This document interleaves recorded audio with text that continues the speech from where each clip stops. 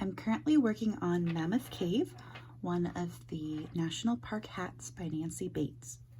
And quite a few of these hats have bobbles. So I'm going to show you two different ways that you can do the bobbles.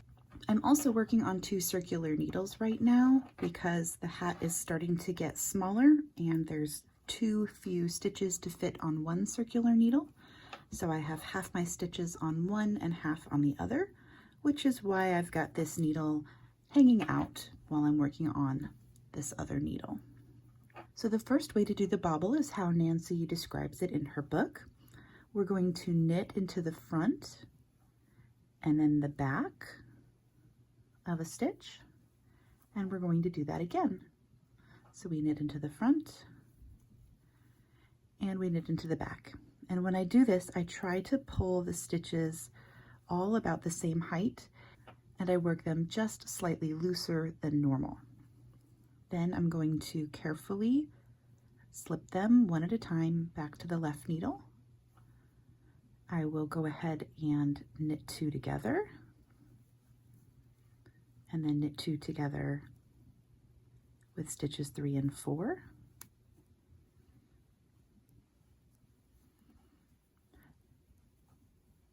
And then I'm going to pass the first stitch up and over the second stitch and off the needle.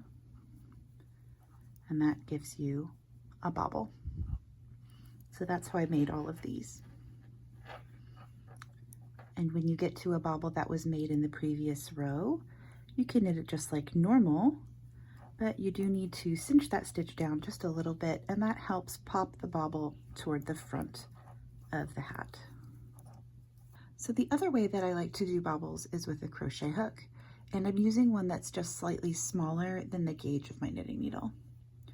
So I'm transfer the stitch onto my knitting needle, and I'm going to draw up a loop, yarn over, and this is yarning over the crochet way. So instead of going from the bottom above into the back, I'm pulling the yarn over the crochet hook toward the front.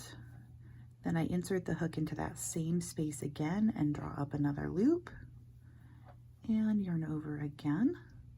I'm going to do that one more time. So I go into the same stitch, draw up a loop, and that gives me 5 loops on my hook.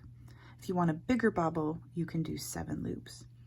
You then yarn over, grip the base of all those stitches, and pull that one loop through all the other loops, making sure you don't split your yarn.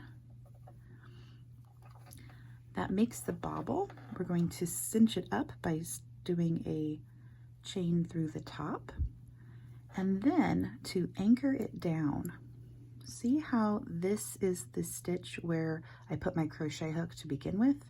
I'm going to go 1 stitch below into that daughter stitch and draw up a loop, push the bobble forward and slip stitch. So pull that loop through and pull down.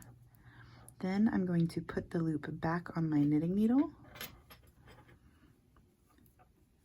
and then push the bobble to the front and transfer that loop to my right needle because it's already been worked. Essentially, the bobbles look very much the same. The crochet bobble is a little rounder, a little more pronounced, while the knit bobbles are slightly flatter. The bonus to the knit bobbles is you don't need an extra tool and you don't need to know how to crochet. But these are my 2 favorite ways of making those stitches.